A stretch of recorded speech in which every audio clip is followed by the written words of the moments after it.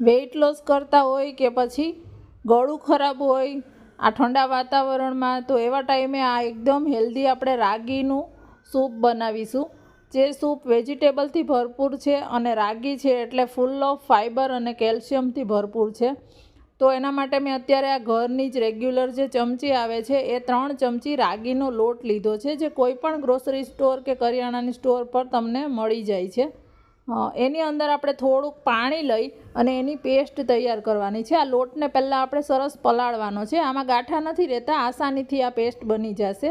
અને એને પેસ્ટને સાઈડમાં મૂકી અને હવે આપણે જે સૂપ છે એનો વઘાર કરીશું. તો તમે જોઈ શકો છો કે મેં અત્યારે 1 જ ચમચી આની અંદર તેલ લીધું છે. 1 ચમચી તેલની અંદર જ આજે આપણે બનાવીશું આ. તમે આ સૂપને લંચમાં કે ડિનરમાં લઈ શકો છો. અને એક ટાઈમ જમવાનું અને એક ટાઈમ જો આ સૂપ તમે લેશો તો તમને જરાય ભૂખ નહીં લાગે અને ફટાફટ વેઇટ પણ લોસ થઈ જશે.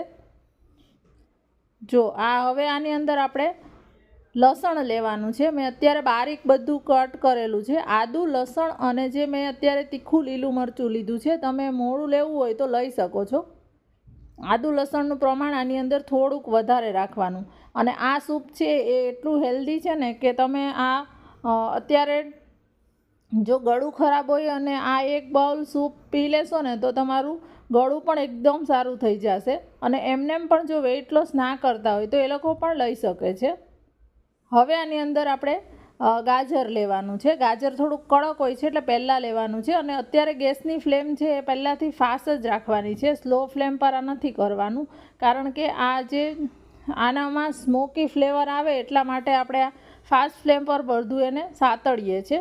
1 મિનિટ જેવું સાતળી અને હવે જે કોબી, કેપ્સિકમ અને ડુંગળી બધી વસ્તુ લઈ લીધી છે. અહીંયા વેજીટેબલ્સનું પ્રમાણ છે એ તમે તમારી ચોઈસ પ્રમાણે પ્લસ માઇનસ કરી શકો છો. આમાંથી કોઈ વેજીટેબલ્સ વધારે લેવા હોય તો તમે લઈ શકો છો. હવે આ બધું સાતળવાનું છે.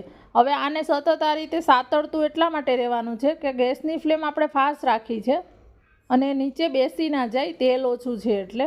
હવે મીઠું પણ લઈ લીધું છે કે જેથી એનું પાણી થોડુંક છૂટશે એટલે વેજીટેબલ્સ એ કૂક થઈ જશે. 2 મિનિટ પછી આની અંદર જે મકાઈ છે એ લઈ લીધી છે. મકાઈ છે એ બાફીને દાણા કાઢેલી છે મકાઈ લેવાની છે આની અંદર. એનાથી બહુ મસ્ત અંદર એક સ્વીટ ટેસ્ટ આવે છે. વધારે મકાઈ ગમે તો તમે હજી વધારે લઈ શકો છો. અને આ રીતે એને સતત હલાવતું રહેવાનું છે. જો નીચેથી સરસ એની બર્ન ફ્લેવર આવે છે. હવે આની અંદર આપણે વેજીટેબલ બધું સાતળી અને તરત જ એની અંદર પાણી લઈ લેવાનું છે. આને વેજીટેબલ્સને ક્રન્ચી જ રાખવાનું છે, કૂક કરીને સોફ્ટ નથી કરી દેવાનું. 1.5 ગ્લાસ મેં અત્યારે આ જે નાનો ગ્લાસ આવે છે એવો 1.5 ગ્લાસ એટલે કે 1.5 કપ જેટલું પાણી લીધું છે. ટોટલ મેં આની અંદર 2 કપ પાણી લીધું હતું, 2 ગ્લાસ. અને ફ્રેશ ખાંડેલી મરી પાવડર લેવાનો છે જેનાથી આની અંદર બહુ સારો એવો ટેસ્ટ આવશે. અને આને ઉકળવા દેવાનું છે. આ એક ઉભરો આવી જાય ત્યાર પછી આની અંદર જે આપણે રાગીનો લોટ લીધો છે પલાળેલો એ લઈ લેવાનો છે.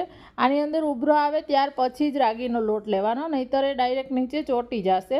અને હવે આને હલાવી અને એને થીક થવા દેવાનું છે. તો અત્યારે આ તરત થીક થઈ ગયું છે. હવે આવું ઘાટું સૂપ તમારે પીવું હોય તો ઘાટું પણ પી શકો, પણ હું થોડુંક પતલું કરીશ. અને એકદમ પતલું કરવું હોય તો પણ કરી શકો. અહીંયા આ સ્ટેજ પર તમે પાણી ઉમેરી દેવાનું પહેલાં ચેક કરીને કે પાણી ઉકળતું આપણે ઉકળતા પાણીમાં એડ કર્યું એટલે જો આટલું ઘાટું તરત જ થઈ ગયું છે તો હજી હું 1/2 ગ્લાસ જેટલું પાણી હજી એડ કરીશ. અને આપણો રાગીનો જે લોટ છે એ કાચો છે એટલા માટે હવે એને આપણે ચડવા દેવાનો છે.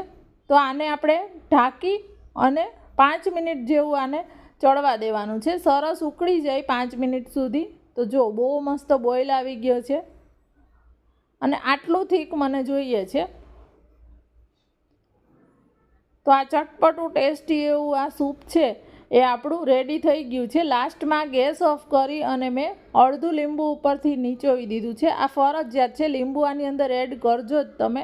આમાં કોઈ જ મસાલા નથી, ખાલી 2-3 મસાલા લીધા છે, મીઠું, મરી પાવડર અને આ જે લીંબુ. પણ એટલું મસ્ત લાગે છે ને આ રીતના સૂપ બહાર તમે પીવા જાઓ તો એક નાનો કપના 100 રૂપિયા લઈ લે છે, પણ ઘરે તમે બનાવી આખા ફેમિલી માટે રેડી કરી શકો છો. આને જો તમારે હજી વધારે ફ્લેવરફુલ કરવું હોય તો તમે સોયા સોસ, ચીલી સોસ આની અંદર સોસ એડ કરી શકો છો. અત્યારે આપણે કંઈ જ એડ નથી કરતા, નેચરલ જ એટલું મસ્ત લાગે છે ને આ સૂપ. જો કેટલું મસ્ત લાગે છે. જો વેઇટ લોસ રેસીપી તમને આ મારી ગમે તો તમે કોમેન્ટમાં કહેજો. હું બીજી પણ હજી વેઇટ લોસ રેસીપીઝ તમારી સાથે શેર કરીશ.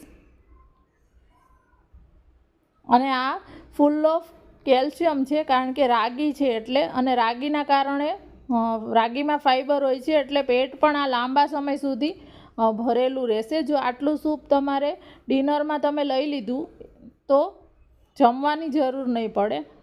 રેસીપી ગમી હોય તો વિડીયોને એક લાઇક કરી દેજો.